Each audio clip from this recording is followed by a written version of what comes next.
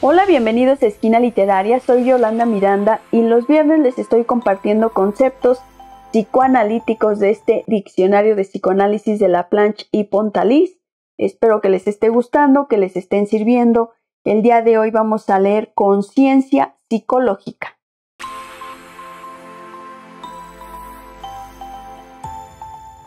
Conciencia psicológica. En sentido descriptivo, cualidad momentánea que caracteriza las percepciones externas e internas dentro del conjunto de los fenómenos psíquicos. Según la teoría metapsicológica de Freud, la conciencia sería la función de un sistema, el sistema percepción-conciencia.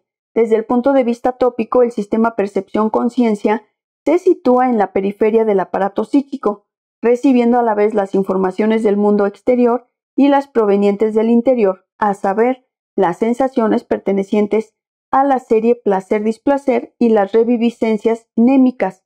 Con frecuencia Freud relaciona la función percepción-conciencia con el sistema preconsciente, que entonces recibe el nombre de sistema preconsciente-consciente. Desde el punto de vista funcional, el sistema percepción-conciencia se opone a los sistemas de huellas némicas, que son el inconsciente y el preconsciente. En aquel no se inscribe ninguna huella duradera de las excitaciones. Desde el punto de vista económico, se caracteriza por disponer de una energía libremente móvil, susceptible de sobrecatectizar tal o cual elemento, mecanismo de la atención. La conciencia desempeña un papel importante en la dinámica del conflicto, evitación consciente de lo desagradable, regulación más discriminativa del principio del placer y de la cura, función y límite de la toma de conciencia, pero no puede definirse como uno de los polos que entran en juego en el conflicto defensivo, aun cuando la teoría psicoanalítica se constituyó rehusando definir el campo del psiquismo por la conciencia, no por ello ha considerado la conciencia como un fenómeno no esencial. En este sentido, Freud ridiculizó la pretensión de ciertas tendencias psicológicas, una tendencia extrema, como por ejemplo la del conductismo, nacida en América. Cree poder establecer una psicología que no tiene en cuenta este hecho fundamental.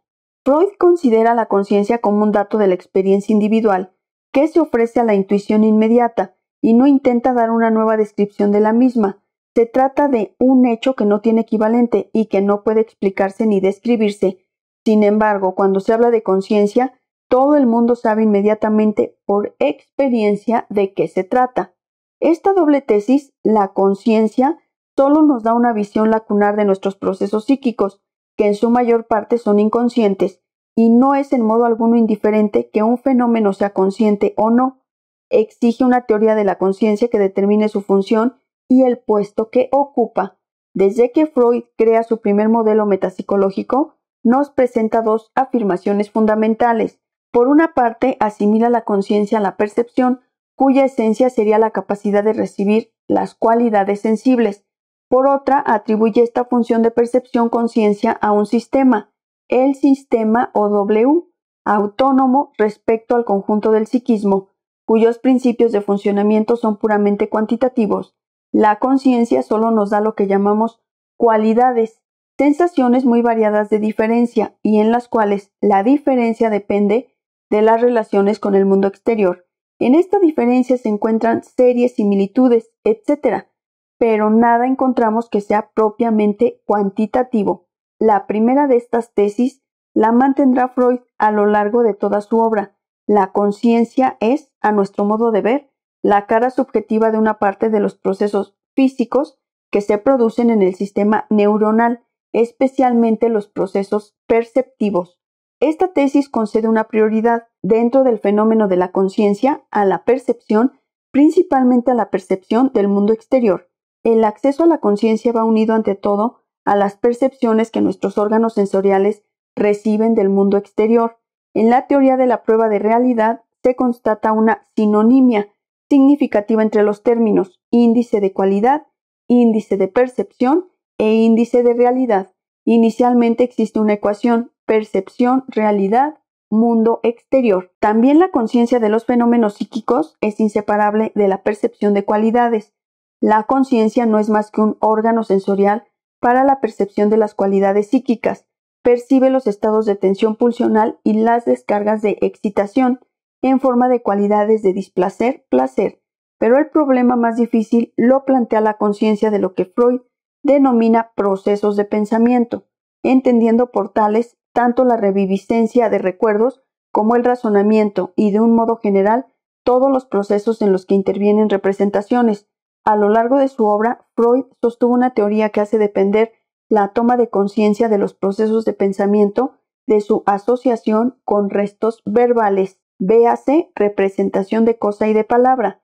Estos debido al carácter de nueva percepción inherente a su reactivación. Las palabras rememoradas son, al menos en esbozo, repronunciadas. Permiten a la conciencia encontrar una especie de punto de refuerzo, a partir del cual puede irradiar su energía de sobrecatexis. Para conferir una cualidad a los procesos de pensamiento, estos se asocian en el hombre a los recuerdos verbales, cuyos restos cualitativos son suficientes para atraer sobre ellos la atención de la conciencia, después de lo cual una nueva catexis móvil se dirige sobre el pensamiento. Esta unión de la conciencia a la percepción induce a Freud a reunirlas casi siempre en un solo sistema, que denomina sistema en el proyecto de psicología científica y que a partir de los trabajos metapsicológicos de 1915 llamará percepción-conciencia. La separación entre este sistema y todos aquellos que constituyen el lugar de inscripción de las huellas némicas se basa por una especie de deducción lógica en una idea ya desarrollada por Breuer en las consideraciones teóricas. Un solo y mismo órgano no puede cumplir estas dos condiciones contradictorias: restablecer lo más rápidamente posible el statu quo ante, a fin de poder recibir nuevas percepciones, y almacenar las impresiones a fin de poderlas reproducir. Más tarde Freud completará esta idea mediante una fórmula que intenta explicar la aparición inexplicable de la conciencia. Ella aparece en el sistema perceptivo, en el lugar de las huellas duraderas. La situación tópica de la conciencia plantea un problema no exento de dificultad. Si bien en el proyecto se la sitúa en los niveles superiores del sistema, pronto su íntima conexión con la percepción hará que Freud la sitúe en la periferia entre el mundo exterior y los sistemas némicos. El aparato perceptivo psíquico comporta dos capas, una externa, el protector contra las excitaciones, destinado a reducir la magnitud de las excitaciones procedentes del exterior. La otra, situada tras la anterior, es la superficie receptora de las excitaciones, el sistema PC-CS, véase protector contra las excitaciones. Esta situación periférica viene a representar la misma que se asigna al yo. En el yo y el ello, Freud considera el sistema PC-CS como el núcleo del yo. El yo es la parte del ello que resulta modificada por la influencia directa del mundo exterior a través de PC-CS. En cierto modo es una continuación de la diferenciación superficial. Véase el punto de vista económico. La conciencia plantea a Freud un especial problema. En efecto, la conciencia es un fenómeno cualitativo, despertado por la percepción de las cualidades sensoriales. Los fenómenos cuantitativos de tensión y distensión solo se vuelven conscientes en forma cualitativa, pero por otra parte una función eminentemente ligada a la conciencia, como la de atención, con lo que parece implicar de más y menos intensidad, o un proceso como el acceso a la conciencia, que tan importante papel desempeña en la cura, exigen ciertamente una interpretación en términos económicos. Freud establece la hipótesis de que la energía de la atención, que por ejemplo sobrecatectiza una percepción, es una energía que procede del yo o del sistema PC y se halla orientada por los índices cualitativos proporcionados por la conciencia. La regla biológica de la atención se enuncia así por el yo. Cuando aparece una señal de realidad, la catexis de una percepción que se halla simultáneamente presente debe ser sobrecatectizada. Asimismo, la atención que se dedica a los procesos de pensamiento permite una regulación más fina de estos que la que proporciona únicamente por principio de placer. Vemos que la percepción a través de nuestros órganos sensoriales da por resultado el dirigir una catexis de la atención a las vías sobre las que se despliega la excitación sensorial aferente. La excitación cualitativa del sistema PC sirve de regulador del flujo de la cantidad móvil dentro del aparato psíquico. Podemos considerar que de la misma forma funciona este órgano superior de los sentidos, que es el sistema CS. al percibir nuevas cualidades, contribuye aún más a orientar y repartir en forma apropiada las cantidades de catexis móvil, véase energía libre, energía ligada, sobre catexis. Finalmente, desde el punto de vista dinámico, se observa cierta evolución en cuanto a la importancia atribuida por Freud al factor conciencia, tanto en el proceso defensivo como en la eficacia de la cura, sin pretender describir aquí esta evolución. Cabe señalar algunos elementos de la misma. 1. Un mecanismo como el de la represión se concibe al principio del psicoanálisis como un rechazo intencional, aún próximo al mecanismo de la atención. La escisión de la conciencia en estos casos de histeria adquirida es una escisión querida intencional, o al menos se inicia a menudo por un acto de libre voluntad. Como es sabido, es la acentuación cada vez mayor del carácter inconsciente, por lo menos parcialmente de las defensas y de la resistencia que se traducen en la cura, lo que condujo a Freud a la nueva elaboración del concepto de yo y a su segunda teoría del aparato psíquico. 2.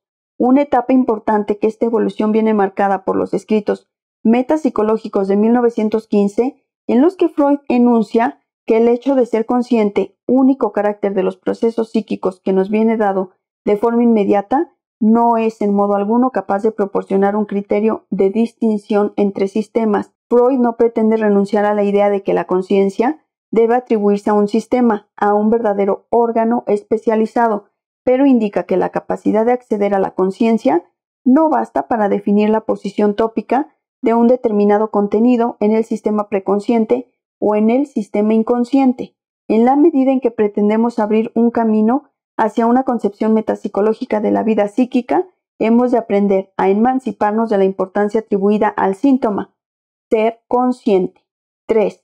Dentro de la teoría de la cura, un tema fundamental de reflexión continúa siendo la problemática de la toma de conciencia y de su eficacia. Conviene apreciar aquí la importancia relativa y el juego de los diferentes factores que intervienen en la cura: recuerdo y construcción, repetición en la transferencia y trabajo elaborativo, y finalmente interpretación, cuyo impacto no se limita a una comunicación consciente en la medida en que da lugar a modificaciones estructurales. La cura psicoanalítica se ha construido basándose sobre la influencia del CS sobre el ICS, y en todo caso nos muestra que esta tarea, por difícil que sea, no es imposible. Pero por otra parte, Freud hizo siempre hincapié en el hecho de que no basta comunicar al paciente la interpretación, aunque ésta sea adecuada, de una determinada fantasía inconsciente, para producir modificaciones estructurales. Si se le comunica a un paciente una representación que él ya ha reprimido, pero que el analista ha adivinado, esto no cambia de momento nada en su estado psíquico. Especialmente esto no levanta la represión ni anula sus efectos. El paso a la conciencia no implica por sí solo una verdadera integración de lo reprimido en el sistema preconsciente. Debe completarse con toda una labor capaz de levantar las resistencias que impiden la comunicación entre los sistemas inconsciente y preconsciente, y capaz de establecer una ligazón cada vez más estrecha entre las huellas némicas inconscientes y su verbalización. Solamente al final de esta tarea pueden unirse el hecho de haber entendido y el de haber vivido, que son de naturaleza psicológica absolutamente distinta, incluso aunque su contenido sea el mismo. El tiempo del trabajo elaborativo sería el que permitiría esta integración progresiva en el preconsciente.